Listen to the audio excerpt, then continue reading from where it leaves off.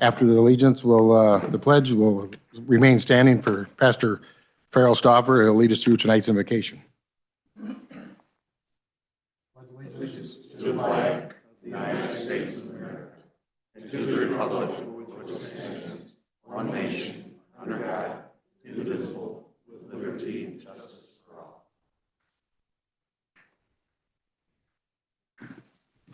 Will you pray with me? Heavenly Father, we want to thank you, first of all, for the gift of freedom that you have given to us. We do not take it lightly.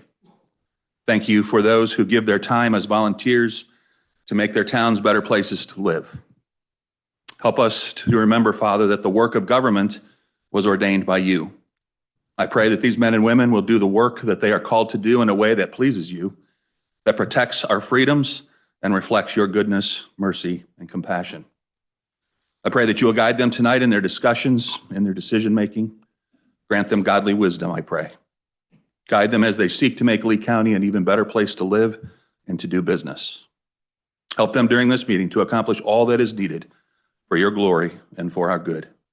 It is in the name of the Lord Jesus Christ that we pray. Amen. Thank you, Pastor Stauffer.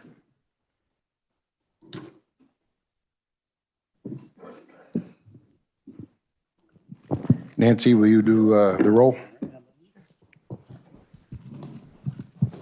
Akery. Here. Bivens. Book. Here. Friel. Here. Gascoigne. Here. Hudson. Present. Huss. Here. Kitson. Present. Copine. Here. Miniminee. Here. Naylor. Present. Pearson. Here. Robertson. Here. Sheline. Here. Shippert. Here. Scrogstad. Here. White. Here. Wilson. Here. Zeman. Here. Olson. Here. Thank you. Under announcements, I've got please mute or turn your cell phones off so they don't interrupt us in the meeting. And I also have a budget retreat. The Finance Committee is planning a budget retreat for the evening of June 4th. Jim, you want to elaborate on that? Absolutely. So as with all government, we get done with a budget and we get it passed and we're all excited and we take a deep breath. Thank God that's over with. And guess what? We cycle up for the next one. And one of the things that we talked about, and I want to credit Reed and Paul there in the back, is we put our heads together and trying to think of how best to convey the information of how we structure a budget. Because, as I look around the room, I've been here going on, what is it, Tom, 6 years. And there's been a lot of new faces since I came on the board. And the budget process is absolutely critical and central to what we do. And so it's really important that we all understand and realize how the budget's put together, what the mechanics are, what the different funds, how they operate, how things move, and all that kind of stuff.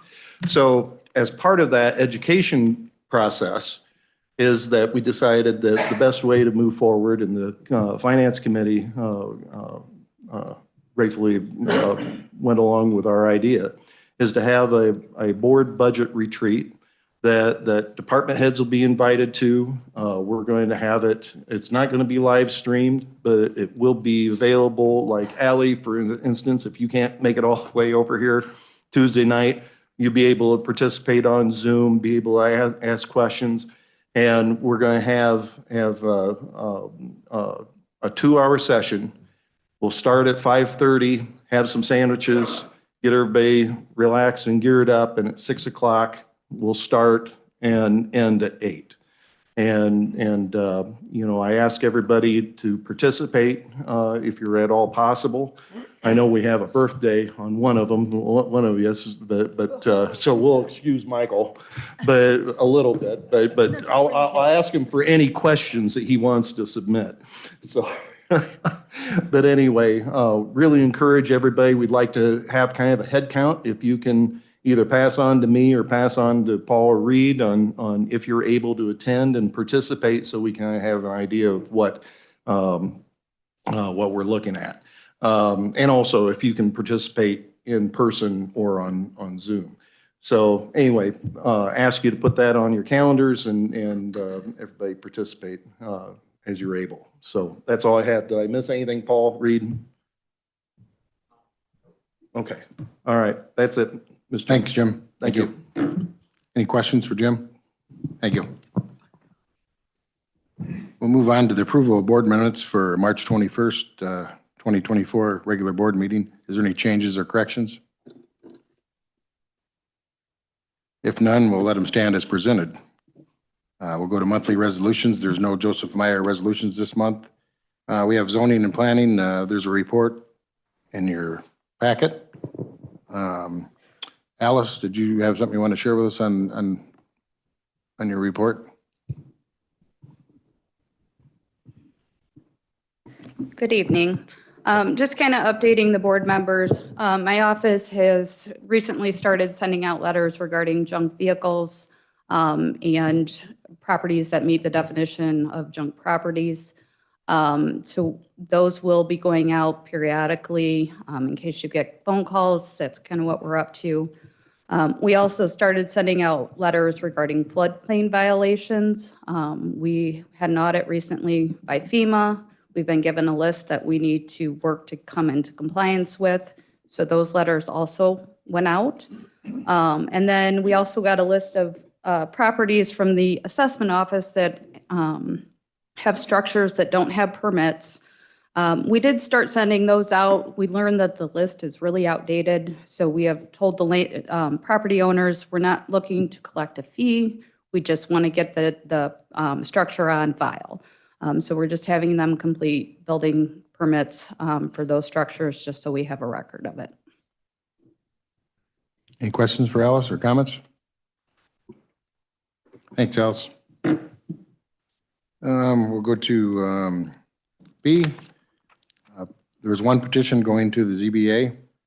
It's petition number 24-P-1624 by Richard Humphrey Jr. and Brenda Humphrey regarding a part of a PEN 18-08-13-100-006. It's located in South Dixon Township. The parcel is currently zoned Ag 1, Rural Ag District.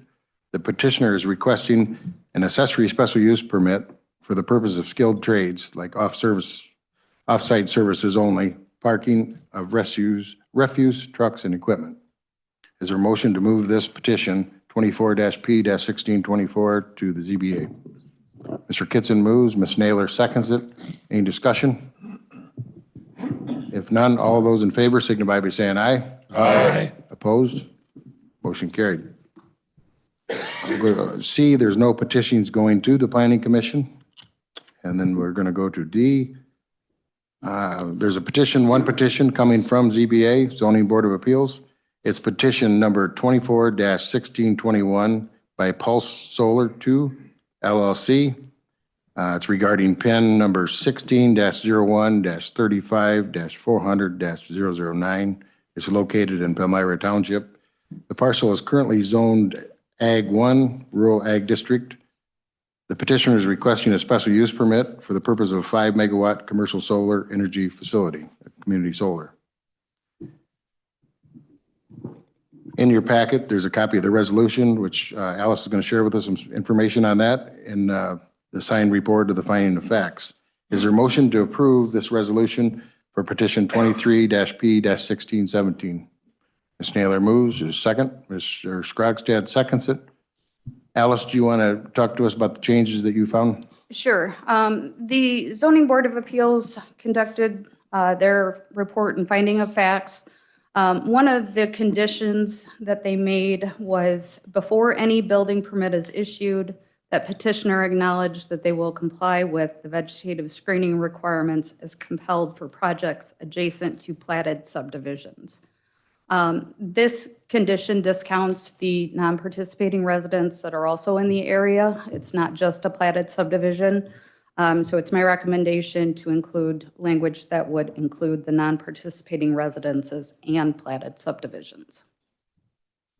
Any questions or comments on Alice's addition? Any more discussion? If none, we'll do this by roll call vote. Nancy?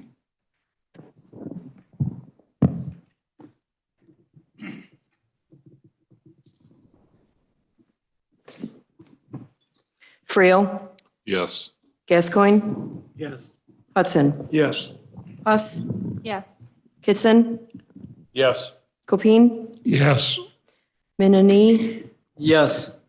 Naylor. Yes. Pearson, Yes. Robertson, Yes. Sheeline, Yes. Shippert, No. Scroggstad, Yes. White, Yes. Wilson, Yes. Zeman, Yes. Acree, Yes. Book, Yes. Olson. I'll abstain. Looks like the motion carried. Thank you. What was the vote total? 1 no, 1 abstain.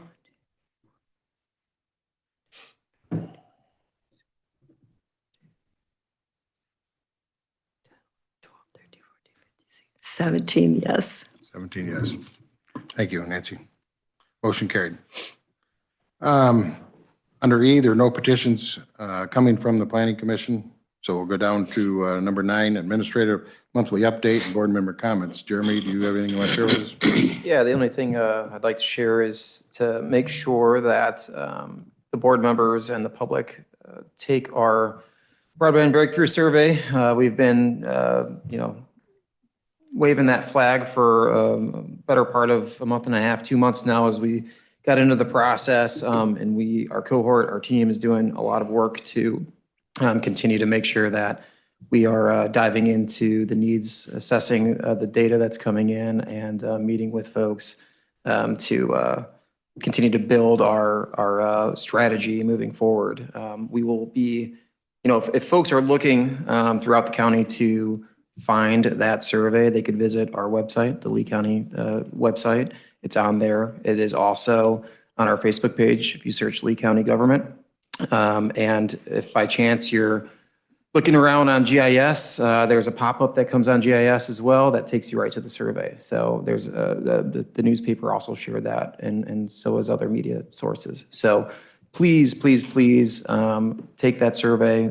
Every response helps.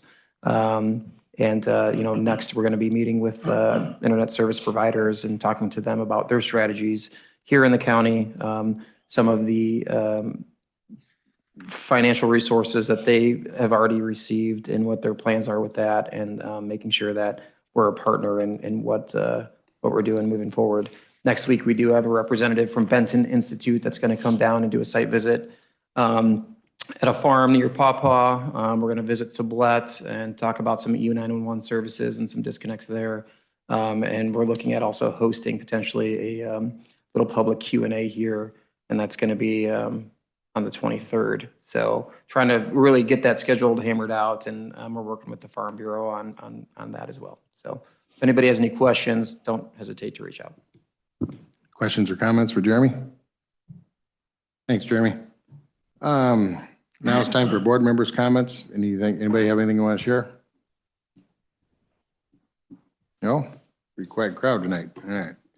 We'll go to public comments. Items on the agenda. The visitors are allowed to speak for 10 minutes. If it's not on the agenda, it's 5 minutes.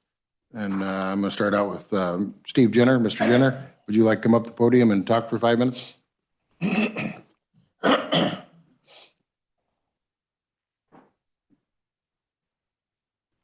I didn't know what I was supposed to be here for, but I thought it was there. We got a letter that we're doing a house cleaning at our house.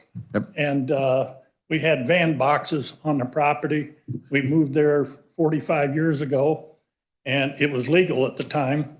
And they told me that I had to show up to explain that when we put them in there, it was 21 years ago, and they're not an eyesore. They're mowed around and moved, and I just wondered if that was still legal. That would be more of an Alice question for our zoning department, or Mr. Scrogstad over here. He's the chair of that committee. Maybe we can make an appointment and bring you up and meet with both of them, and Right. we can sit and discuss it. Yeah, we mow around them. I mean, they're white in color. They're clear at the back of our lot. They're not an eyesore. I got 3 cornfields around me, or 3 bean fields, depends on the year. And so at that point there, you don't see them naturally when the crop is up. And the rest of it we're cleaning up. Sure. All right. So, but they told me that I needed to come to the meeting, so this was the one that they told me to come to. Okay. Well, I think maybe we'll talk to Alice or Jack. Maybe Mr. Scroggs said we'll talk to you after the meeting or something. We'll set some up and either have a site visit or get some pictures and let them handle Right. it. Because they told me that originally that I was grandfathered in because they was done, the zoning never started that until 2005. All right. And at that point there, my daughter was home at that time when we put them in, and she's 41, and that was it when she was 20 years old, so it's been there 21 years. All right. Well, we'll look into that and we'll Okay. talk with them and we'll set some up. All righty? Okay, well, thank you. Thank you.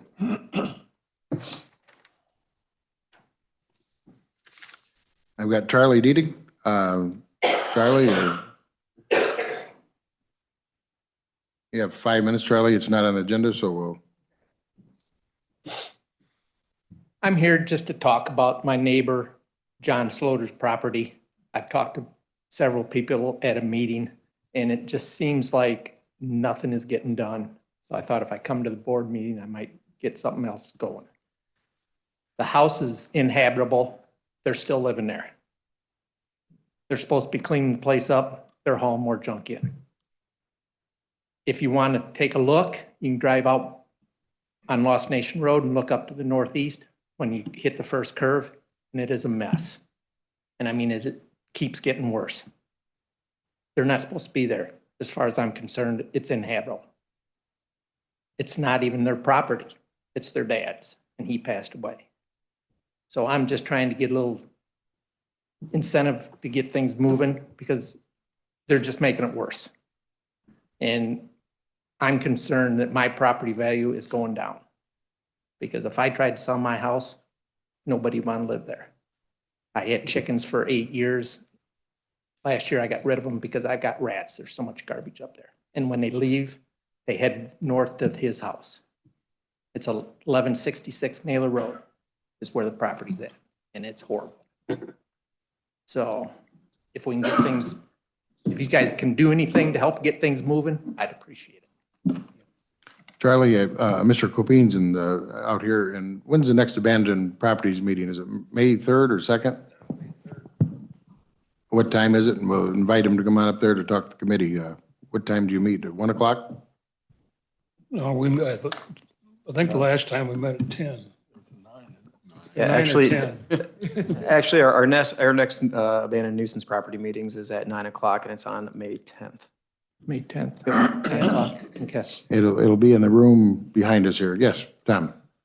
Was the last time this was brought to the board, I thought at one time we were supposed to, the sheriff was going to do a wellness check. Has anybody gone out to do a wellness check on this property? Because the last time I don't know when you guys were here as a group. It's been what? A long Probably time. 5-6 months ago. Right, but I thought at that time we talked about sending the sheriff out to do a wellness check, and I just don't know if that was completed or not. I don't know about the health department has been out there, and there's quite a write-up on what's going on, and, Because he's But- definitely still living there because Sunday, we got groceries delivered to our house for him. well, So he is still there. You don't see much of him, but he is still there.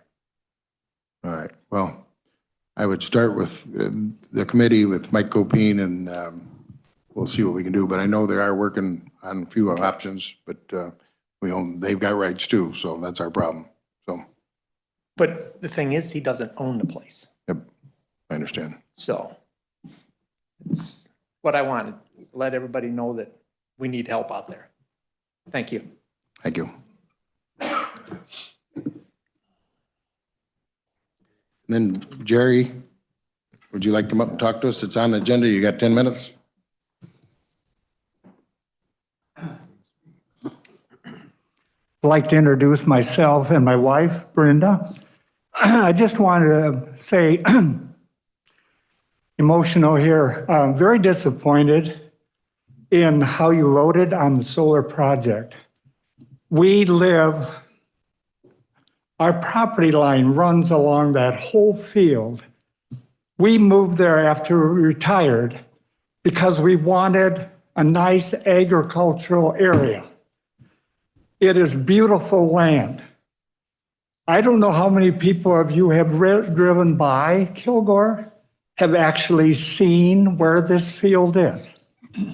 That's number one thing. Number two, how many of you actually live near solar farms? When you voted, did you vote from experience or did you vote just because everybody else was voting? You have an opportunity, you had an opportunity to save agricultural land. Ogle County, 2 nights ago, voted down a solar farm because of that very thing. They realized agricultural property is important. I grew up on a farm in Iowa. We had hilly land. I come here to Illinois, it was like God's country. It's flat, it's beautiful, it's fertile. And now we're putting in solar panels that are going to be an eyesore for 40 years. We have our property that we were going to pass on to our children. And now, who wants to live next to a solar farm? We've lost that inheritance. And you are responsible for that. I hope that your conscience rests tonight, knowing what you have done to our neighborhood. It was a beautiful neighborhood. We had wildlife, we had deer, we had birds. We had grandchildren come out. They loved playing and seeing all that. That's gone. You've destroyed that. And my mother always said to me, let your conscience be your guide. Well, I hope tonight that when you go to bed, and I don't know, some of you may be farmers, when you look out on your farm, just be happy that you have land that you can farm and that somebody hasn't come in and destroyed your dreams. My wife and I worked for 35 years teaching kids like Mr. Scrogstead over there. And what I was hoping to do, and both of us hoping to do, was to instill fairness in people, in students. Give them an opportunity to become the best that they can. And now we've retired, we no longer have that opportunity. Our property value, as much as you've been told by Mr. Morrell, our property value will decrease. There's no doubt about it. It's not going to go up. Our taxes will go up, but our property value will decrease. I don't know why there was such a rush to move this at this point, but I know 2 people are going to become very wealthy from this. Mr. Morrell and his business and Mr. Hermes. They're millionaires. And we, as educators, now have lost what we had as an inheritance. So I'm just saying to you, I'm going to stop, but I just say how disappointed I am in the Lee County Board and what you have done this evening. You had an opportunity to move that solar farm to a wooded area, someplace that would not infect our neighborhood. And now you have destroyed that. And I just want you to know, when you drive by there, if you ever do, and see that solar farm, just think about the Wingers, the Delgados, and all the other neighbors, and how we are suffering because we don't have the views that all of you have. Thank you. Thank you. We'll go down to item 11, county organization presentation updates. We have none tonight. We'll go to reports of committee, standing committees, county services, Mr. Scrogstad. Thank you, Mr. Chair. All the reports that happened in county services is in the agenda packet. Becomes available. There was one item that we were unable to look over, and that's an addendum. I don't know if David's here, if he wants to talk about that, since we didn't get a chance to talk about that. David, is he here? Anderson? Can you, well, actually, it's later on, so he can do it in the, Yeah, we can do it when we vote. Let's wait till we vote and Yeah, we'll discuss it. that's fine. So we didn't get to hear that during our committee, so here we have an opportunity to do it then. So other than that, I have nothing else. Any questions for Jack? Thanks. Public safety and court services, Mr. Copine. Thank you, Mr. Chairman. Public safety met on the 9th. All the pertinent information is available via the packet.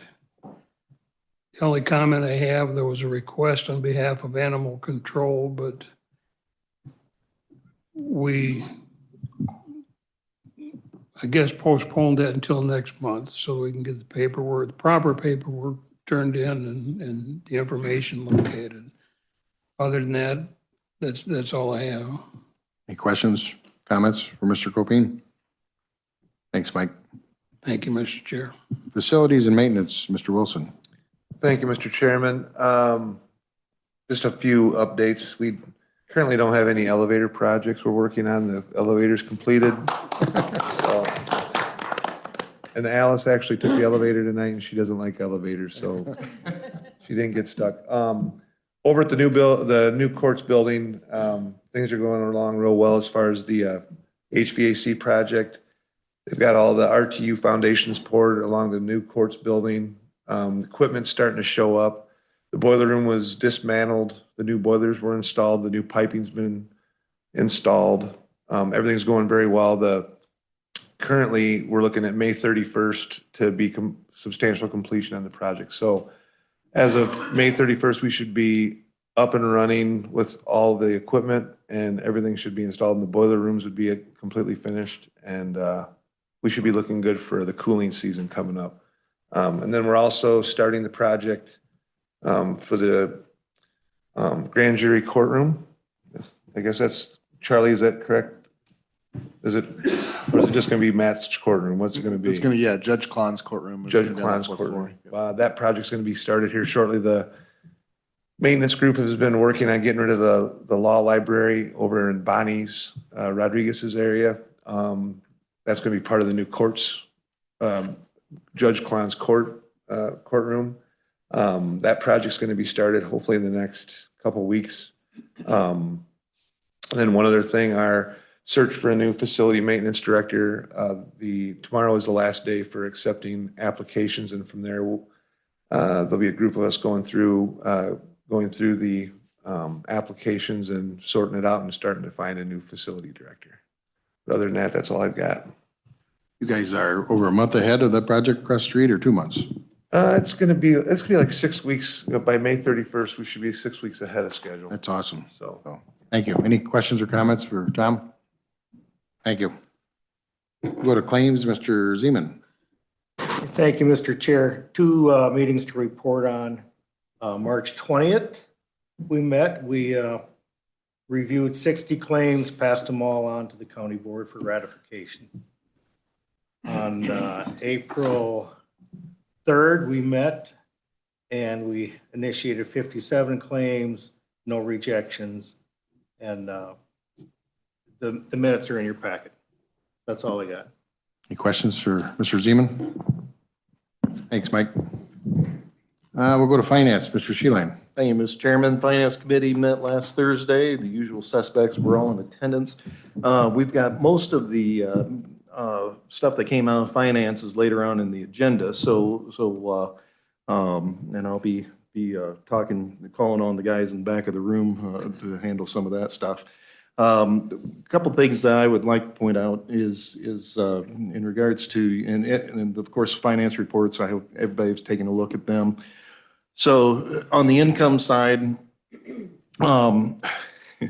we're still holding our own. I mean, the income is strong in regards to the county sales tax, county use tax, the public safety tax, all of the sales tax items that we depend on.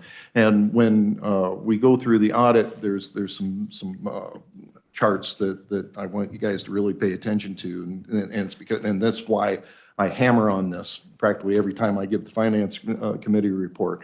And it goes back to what I've talked about in the past, is that our mix of income has just radically changed since all of the addition to the sales tax that we have done over the past 15 years.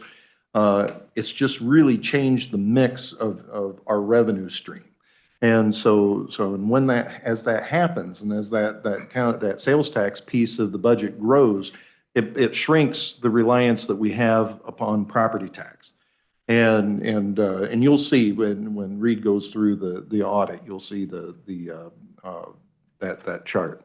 But so the one thing that the negative side, but it was expected, and we built that into this year's budget, and that was the personal property replacement tax.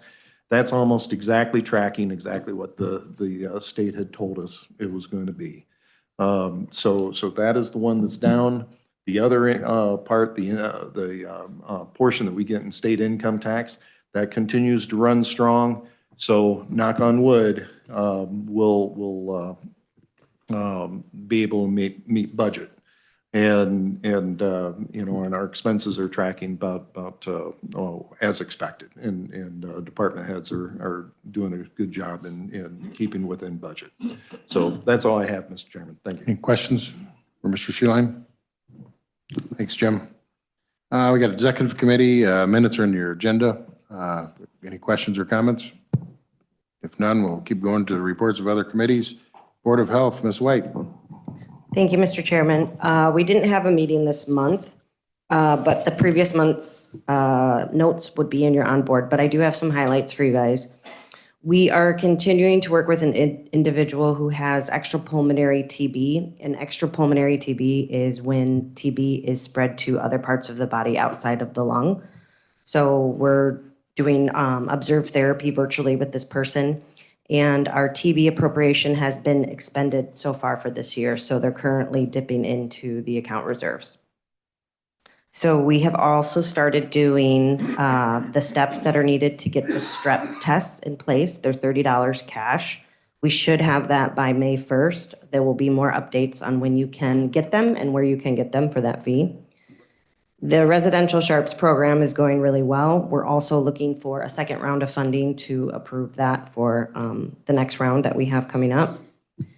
We are lining up some contractors that will be able to assist a family that has a child with high blood levels from a window replacement. So we're working with somebody so we can get that window replaced for that child as well. And the 2023 annual report is being finalized. It will be on the website soon, and you can look at that. And we will be hosting a summer intern who is wrapping up her bachelor's in public health in May. So we have exciting new people working for the health department. Any questions? Questions or comments for Katie? Thanks, Katie. Thank you. 911 Board, Mr. Hudson. Thank you, Mr. Chairman. In addition to the reports and minutes already provided in the agenda packet by Director Dallas, April is 911 Public Education Month, and working on community outreach and in the schools to promote the proper use of 911. And also there are many implementations scheduled to take place in May and June. Our next scheduled meeting is Thursday, May 10th at 3:30 p.m. at the Lee County 911 Center. That's the end of my report, sir. Any questions or comments for Keen? Thanks, Keen. Thank you. We'll go to Tri-County Opportunities Council, Mr. Acree. Thank you, Mr. Chairman. Tri-County Opportunities Council met March 6th in Sterling. Pretty general meeting, went over the financial report and the complete set of program reports. All the department heads reported there. Minutes are in the agenda. It's pretty complete and pretty extensive there. Our next meeting is next Thursday, April 25th in Princeton. Any questions or comments for Reed? Thanks, Reed. Go to Blackhawk Hills Regional Council and Lee Ogle Enterprise Zone, Ms. Shippard. Thank you, Mr. Chair. At these councils, we just continue to talk about housing in Lee County, and as we bring in businesses, trying to come up with creative ways to make sure there would be housing for employees that would come in. Thank you. Any questions or comments for none? Thank you. Thanks. We'll go to LaCita, Lee County Industrial Development Association, Mr. Acree. Thank you, Mr. Chairman. We met April 3rd. The chairman of, or the director of LaCita gave his report, kind of giving us an update on the I-88 Gateway. Sounds like Dollar Tree opened up, and Casey's and the Fairfield Inn are going to be opening up soon there. The mega site, there's lots of companies looking at that site over there on the east side of the county. Really, it's given the county an opportunity to possibly come up with a couple thousand jobs in that area. So if that all comes to fruition over the next couple of years, that could be pretty good for the county. And also, the industrial park has been moving along over here this direction. So they did have a cooperative effort on a career fair on March 13th. They got together, LaCita did, with Dixon Chamber of Commerce and the Dixon High School, and they had a real successful fair there, both for the students and for the general public. And then one update here is the sewer equipment company is here in town is looking to build a distribution center. So that's going to be pretty good for the community of Dixon here and for the county. So there's a lot more information. If you check out the LaCita website, it's pretty extensive anymore. So it's a good source for seeing where some of this expansion's going on. So our next meeting will be June 5th. Thanks. A lot of opportunities out there right now going on, so hopefully we can land a couple. Thank you. Any questions for Reed? Thanks, Reed. We'll go to Counties of Illinois Risk Management, CIRMA. Mr. Thank you, Zeman. Mr. Chairman. I attended the CIRMA meeting this morning in Bloomington, Illinois. For all our guests, CIRMA stands for Counties of Illinois Risk Management Association. It's a pool we've been involved with for about 25 years, and they help us with auto, property, general liability, law enforcement liability, and workman's comp. And the basis of the meeting today was they presented their audit from last year. It was a clean audit, and we put that on the record. Something of note, and they handed to me, and I'll pass along to Jeremy, was they did an appraisal of our property, and it differed from our appraisal somewhat. So to the tune of like $6 million. Anyway, Jim, they're going to send us a bill in June for about $2,500 for more premium. Sorry about that. And I mean, pay it or don't pay it, I don't know. But I will pass this along to Jeremy. He was interested in that. And CIRMA is a pretty sharp outfit. I'm really tickled with them. There's about 22 counties and small villages involved in CIRMA. And we pool all our stuff together, so it's cheaper that way. That's about it. We had lunch. What was their estimate of the county property? What was the total? The total, Curious to know.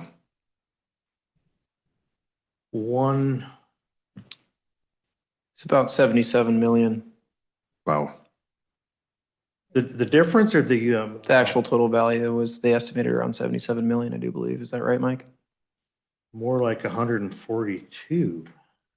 Maybe we better sell it if it's that much. Yeah. No. No, I looked at the wrong thing. I'm sorry, I looked at the whole pool.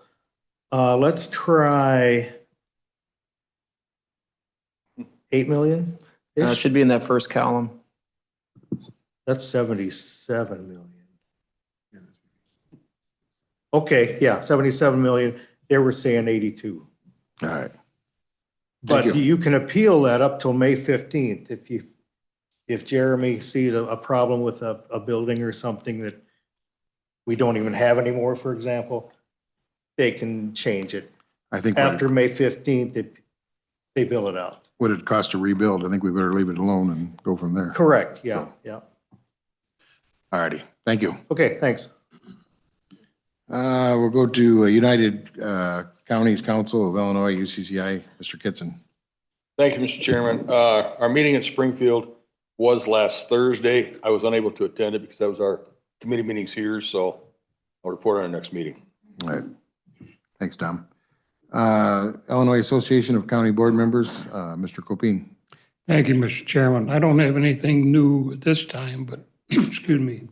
We have our next meeting next Tuesday, the 23rd. All right. Thank you. Under unfinished business, we have no unfinished business. New business, of course. We have a resolution appropriation for county matching funds for Indian Head Road in the county. Let's get a motion on the floor, and then we'll maybe have Dave come up and explain this to us. Ms. Naylor moves, Mr. Gascoigne seconds it. Dave, you want to come up and explain this? Sure. The next two items on your agenda are for a federally funded job down on Indian Head Road and actually Van Patten Road, about 10 miles total of a resurfacing job. So with your appropriation resolution, you've technically already appropriated the money via the budget, but again, IDOT wants to see that specific to the project, so that's the resolution you have before you there. The next is an agreement that we enter into with the state whenever we have a federally funded job. It'd be an 80-20 job, 80% federal, 20% local. And just as a side note, I've coordinated with Bureau County Engineer as well, and they're going to do their piece of Indian Head. They're going to let it out the same day in Springfield. Again, federally funded job for them. So we might be able to benefit from some efficiencies there. We'll see. Any questions or comments? None. All those in favor signify by saying aye. Aye. Opposed? Motion carried. We'll go to the joint funding agreement for the state participation on Indian Head Road. Do I have a motion on the floor? Mr. Robinson moves, Mr. Kitson seconds. Any discussion on this one? If none, all those in favor signify by saying aye. Aye. Opposed? Motion carried. We have the resolution revisiting the zoning and building permit fee schedule. Is there a motion to approve the resolution and revising the zoning and building permit fee schedule? Mr. Copine moves, Mr. Hudson seconds it. Any discussion on this?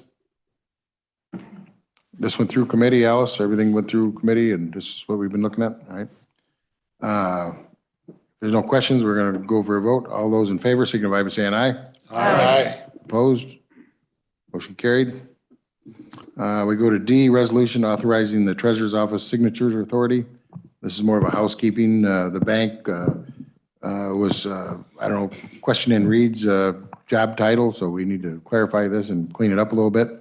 Mr. Scheeline, do you move to authorize the signature, treasurer's office signature authority? Yes, dude. Okay, Mr. Kitson seconds it. Any discussion or comments? If none, all those in favor signify by saying aye. Aye. Opposed? Motion carried. We'll go down to E, the ARPA funds for the Allied Facility Partner, invoice number 85. It's for the new court's HVAC system Tom mentioned earlier. Is there a motion to approve the payment of invoice number 85 from Allied Facilities, the invoice from Allied Facility Partners for $460,225.58 from the ARPA funds? Ms. Naylor moves, Mr. Friel seconds it. Any discussion? None? All those in favor signify by saying aye. Aye. Opposed? Motion carried. We got the approval of Lee County 2023 financial audit. In your packet, there's a PowerPoint presentation. Reed, do you want to do this at this time? Sure. Good evening, everyone. I guess first, I'll open it up to any questions on the audit reports that were attached to the agenda. Hearing none, I'll hit the highlights. Some of the stuff that Josh covered in our Finance Committee meeting. First, all of our opinions from Wifley were unmodified, clean audits, which is what we are hoping for. There's several different audit reports that they provide, but the big one, the financial statements, they did have recommendation on that. It's more of a business advice, something that we can evaluate as a county. But one of the items that they had brought up was our some of our agency fund or fiduciary funds. We record the activity on an annual basis, mostly due to logistical issues of getting information timely from certain drainage districts and stuff like that. We are looking at a plan to see what we can do to incorporate some of those accounts into our system on a transaction by transaction basis. Let's see. The county expended almost 5.5 million in federal funds. A lot of that relates to the lots transportation, which was one of the major programs that was tested for the single audit. Our net pension asset or liability from IMRF, and we have some OPEB, ongoing benefits to retirees. That account essentially flipped from an asset to a liability for fiscal 2023. Mostly this just relates to interest rate changes and the portfolio mix that IMRF has on our behalf to pay the pensions. The information that we get from IMRF is from IMRF directly. It is as of 12/31 of 2022, which was not a strong year for the stock market. And so that is the reason for the drop in from a net asset to a liability, but that doesn't really change our position with IMRF. They aren't going to increase our contribution portion or anything like that. It's really just a on paper change. One of the reports that Josh has included in the Wifley's presentation, the only thing I really wanted to point out with that is the intergovernmental revenues. Wifley was working on or had changed the way we reported some of our fiduciary funds in the prior year audit based on a new governmental accounting standard, and they got more up-to-date information from GASB this year. And so they basically changed it in 2022 and then changed it back in 2023. So if you're looking at our intergovernmental line, there really wasn't that big of a swing.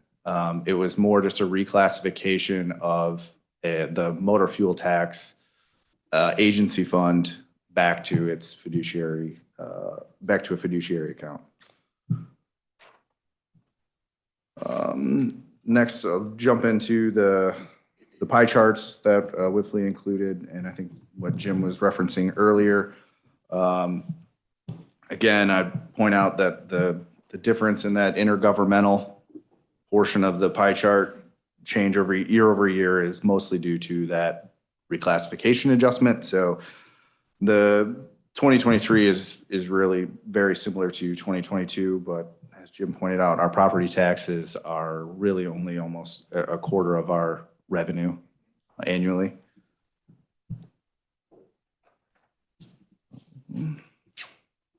The last thing I wanted to touch on was Wifley included a days in fund balance account or chart, and it appears to be dropping year over year.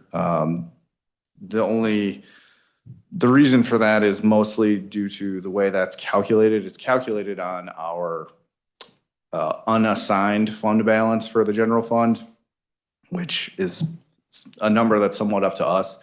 We've made a practice of assigning excess funds to capital.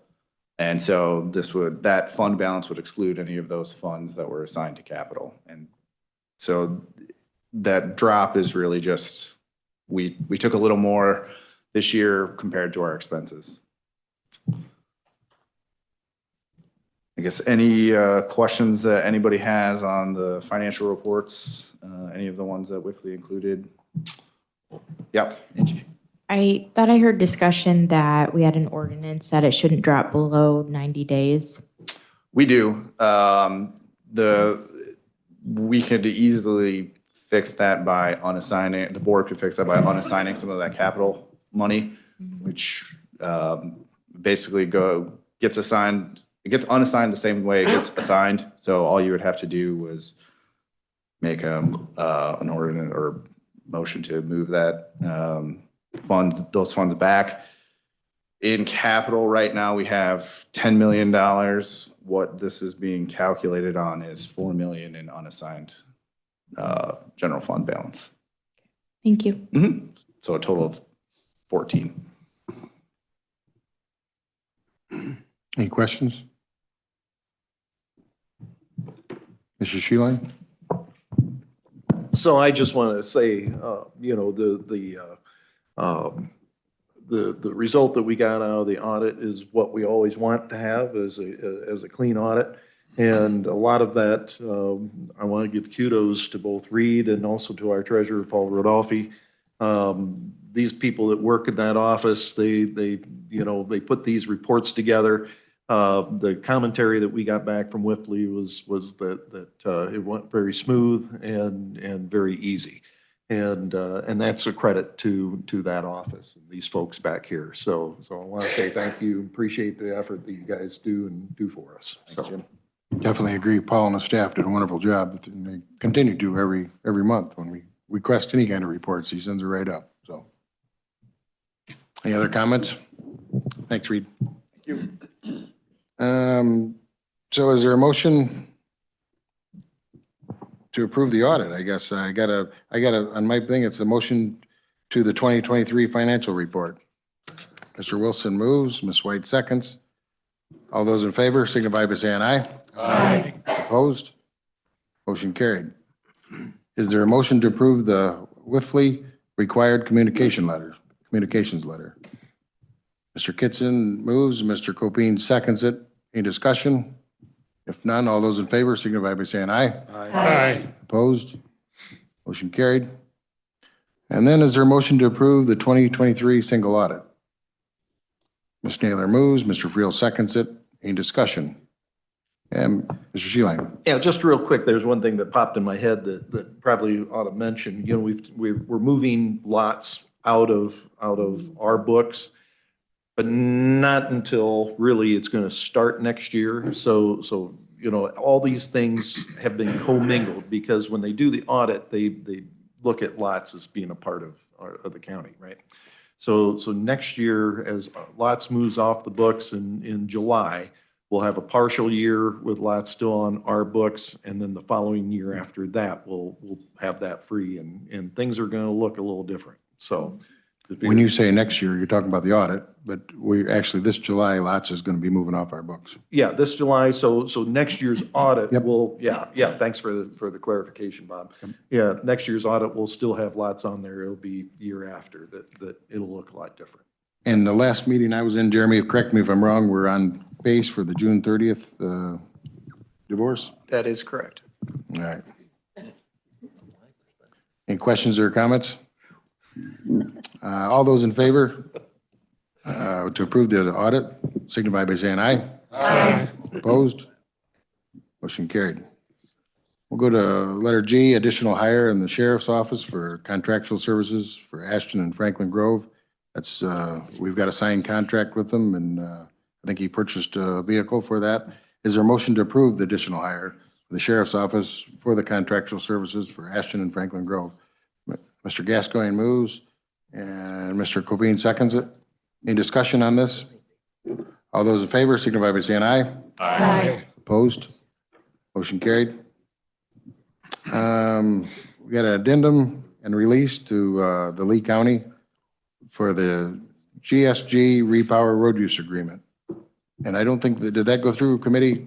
Dave, you want to get up and let's get a motion on the floor, and then we'll have you discuss this. Ms. Naylor moves, Mr. Friel seconds it. All right, Dave, can you come up and explain this?